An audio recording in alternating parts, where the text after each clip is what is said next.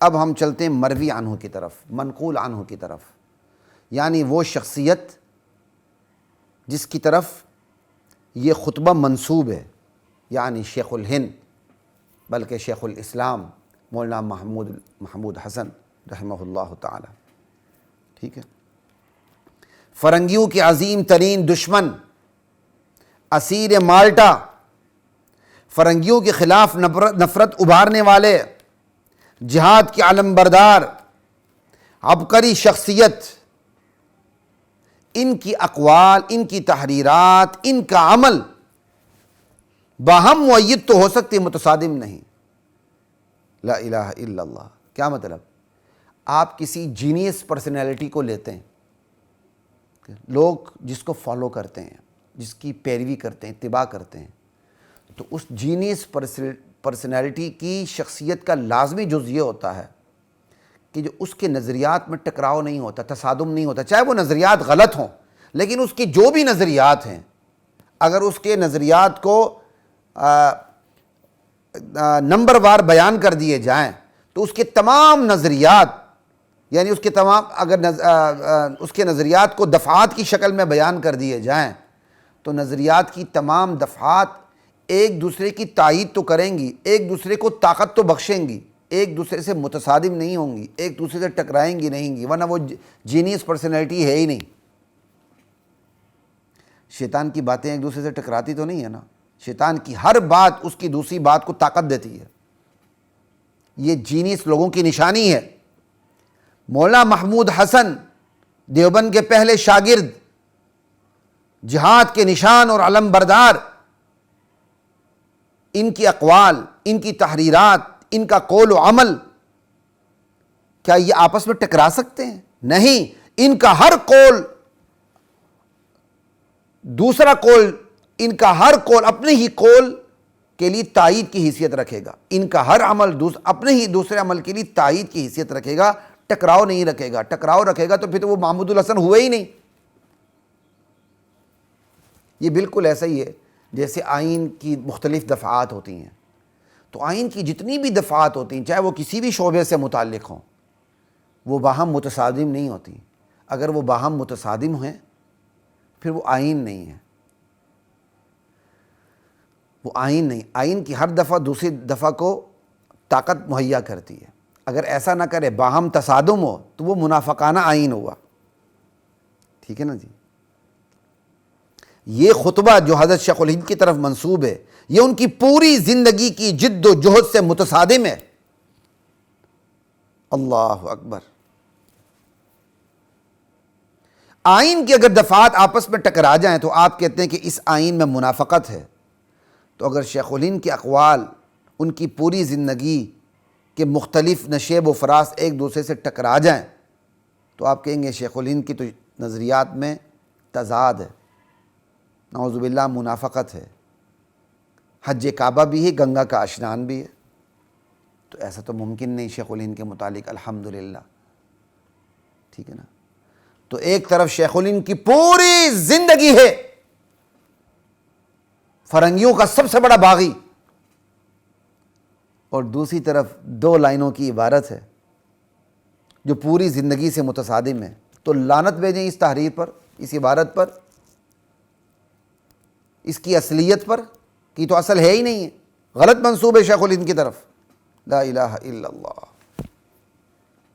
تو یہ ہے جس شخصیت سے یہ منسوب تھا، اس شخصیت کو سامنے رکھتے ہوئے میں نے بتایا کہ یہ تحریر حضرت شیخ الہند کی شخصیت، ان کی پوری زندگی سے متصادم تحریر ہے، یہ تحریر ان کی ہو ہی نہیں سکتی۔ اللہ اکبر۔ اب چوتھے درجے پر میں نے متن راوی کے حوالے سے بات کی، متن کے حوالے سے بات کی، مروی عنہ منقول عنہ پرسنالٹی کے حوالے سے بات کی، چوتھے نمبر پہ بات کر رہا ہوں چونکہ یہ تحریر، اس کا تعلق دو اداروں سے ہے، دیوبند سے ہے، علی گڑھ سے ہے۔ اب دونوں اداروں کو سامنے رکھ کے بات کروں گا کہ یہ تحریر شیخ الہند کی بنتی ہی نہیں ہے ہی نہیں ہے۔ ایک ادارہ علی گڑھ فرنگیوں کی امداد پر بنا اور انہی کی نگرانی میں رہا، اور فرنگی ہی اس اس ادارے کو ترقی دیتے رہے، افتتاح کرتے رہے، امداد دیتے رہے۔ اور دوسرا ادارہ دیوبند فرنگیوں کے خلاف بنا، اللہ اکبر، انہیں بر صغیر سے نکالنے کے لیے بنا۔ ایک کی بنیاد ہی انگریز نے رکھی، علی گڑھ کی، دوسرے کی بنیاد ہی انگریز مخالف نے رکھی، دیوبند کی۔ ایک غلامی کا درس لیے ہوئے ہے علی گڑھ، دوسرا غلامی سے بغاوت کا درس لیے ہوئے ہے دیوبند۔ ایک کے مزاج میں دین بیزاری ہے علی گڑھ، دوسرے کے مزاج میں دین دوستی ہے دیوبند۔ ایک کے مزاج میں دین کی نبوی تعبیرات ہیں دیوبند، دوسرے کے مزاج میں دین کی فرنگی تعبیرات ہیں، سائنسی تعبیرات ہیں، نیچری تعبیرات ہیں علی گڑھ۔ ایک معجزات کا انکاری ہے علی گڑھ، دوسرا معجزات کا نہ صرف اقراری ہے بلکہ علمبردار ہے دیوبند۔ اللہ اکبر، سر بکف سر بلند، دیوبند دیوبند۔ ایک کا نظریہ عروج و زوال اور ہے اور دوسرے کا نظریہ عروج و زوال اور ہے۔ ایک عروج و زوال کا نظریہ کیا بتاتا ہے کہ آپ صرف ٹیکنالوجی میں پیچھے رہے، مات کھا گئے۔ دوسرا کہتا ہے 1400 سالہ تعلیمات کو چھوڑ دیا، تو ٹیکنالوجی اسی کے ضمن میں آ جاتی ہے، وہ ایک چھوٹا سا جز ہے اس کا، تفصیل کا موقع نہیں۔ ایک انگریز سرکار کو ہر سانس سے خوش کرنے کا عادی علی گڑھ، اور دوسرا ہر سانس میں اس سے بغاوت کا عادی دیوبند۔ ایک کے سر کاٹے گئے دیوبند، دوسروں کو سروں کا خطاب ملا، سر سید، سر فلاں، سر فلاں، سر فلاں، علی گڑھ۔ ایک کی سوچ، فکر، سوچنے سمجھنے کے انداز، حتیٰ کہ لباس تک مختلف،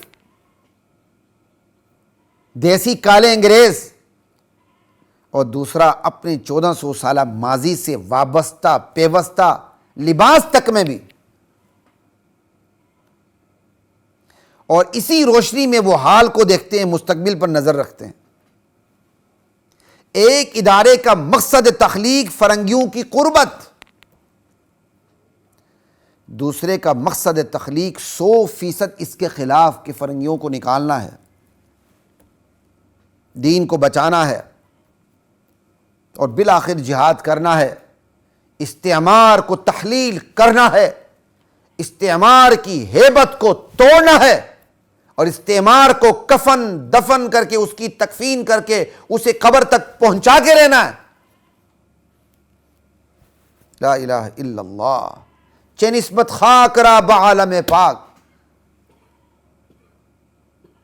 اللہ اکبر، دیوبند کے عالم پاک کو، علی گڑھ کی خاک کو دیوبند کے عالم پاک سے کیا نسبت ہے؟ کوئی نسبت نہیں ہے۔ آج بھی انہی دو اداروں کے جانشینوں میں یہی فرق ہے۔ اور کبھی اس مغالطے میں نہ پڑ جانا تھی علی گڑھ سے فلاں اچھا شخص بھی پڑھا، میں اس کی مخالفت نہیں کر رہا۔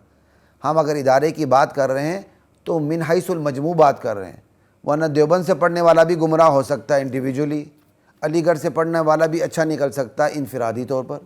ہم اس حوالے سے بات نہیں کر رہے ہیں، کسی کے ذہن میں یہ سوال پیدا نہ ہو۔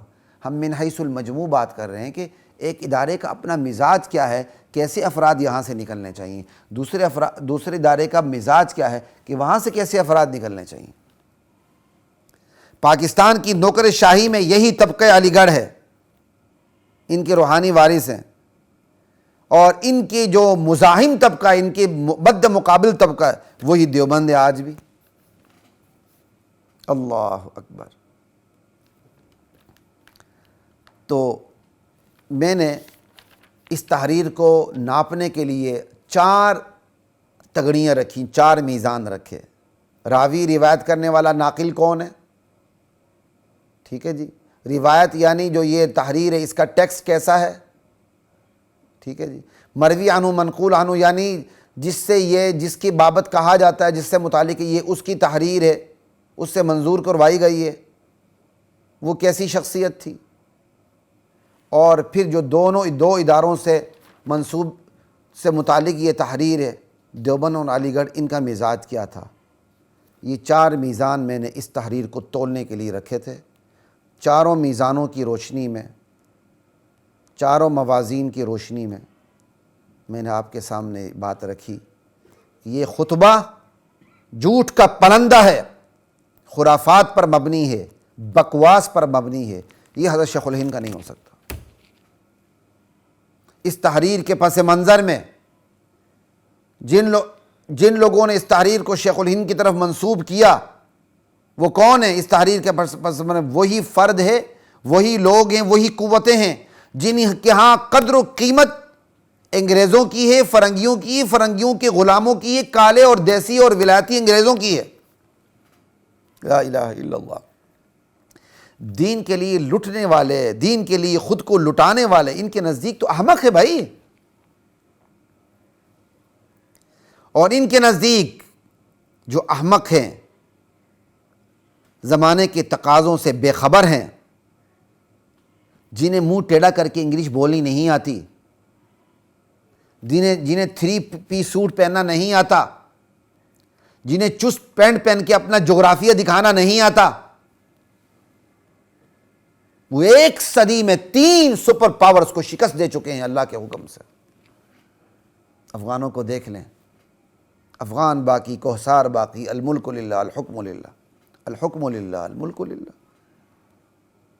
برطانیہ کو شکست دی اپنے وقت کی سپر پاور کو، روس کو شکست دی سپر پاور کو، امریکہ کو شکست دی سپر پاور کو۔ امریکہ اکیلا تو نہیں تھا، 70 ممالک کو ساتھ لے کے آیا تھا، ٹیکنالوجی کے ساتھ لے کر آیا تھا، اللہ کے حکم سے پاش کر کے رکھ دیا۔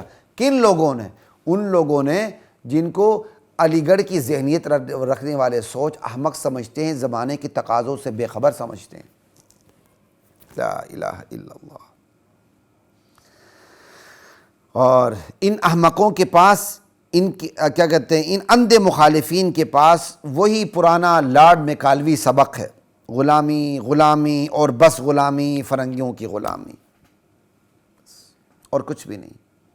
چلیں جی، ایک قدم نیچے اتر کے، ایک سیڑھی نیچے اتر کے، بلکہ بالکل ہی نیچے اتر کے، علی سبیل التسلیم، علی سبیل الفرض، بالفرض والتقدیر والمحال، ہم کہہ دیتے ہیں شیخ الہند کی تحریر ہے، تو کیا شیخ الہند کی تحریر سے حقیقت بدل جائے گی؟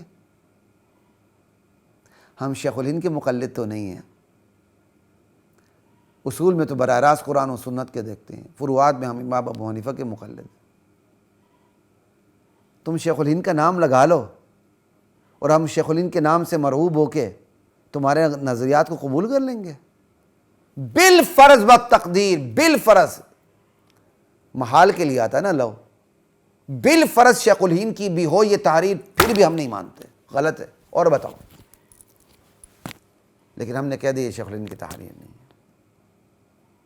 اور اس موضوع پر بات کرنے کی ضرورت خواتین و حضرات محترم، خصوصاً میرے مدارس کے طلباء، اس لیے ضرورت پیش آئی۔ یہ نظریاتی الغار کا دور ہے، یہ نظریاتی جنگ کا دور ہے، اس میں پیچھے نہ ہٹیے گا۔ نظریات کا مقابلہ نظریات سے ہوتا ہے، ڈٹ جائیں اس میدان میں، صرف نصابی کتابوں پر گزارا نہ کریں، اپنے علم کو بڑھائیں، مختلف سرچشموں سے مستفید ہوں، اور اللہ تعالیٰ یہ کافی جو میں نے آپ کے سامنے چھوٹی سی کی، اللہ میرے حق میں بھی قبول فرمائے، آپ کے حق میں بھی قبول فرمائے، اللہ ہمیں نظریات پر جمے رہنے کی توفیق عطا فرمائے۔ السلام علیکم ورحمۃ اللہ وبرکاتہ۔ وَلَقَدْ أَنزَلْنَا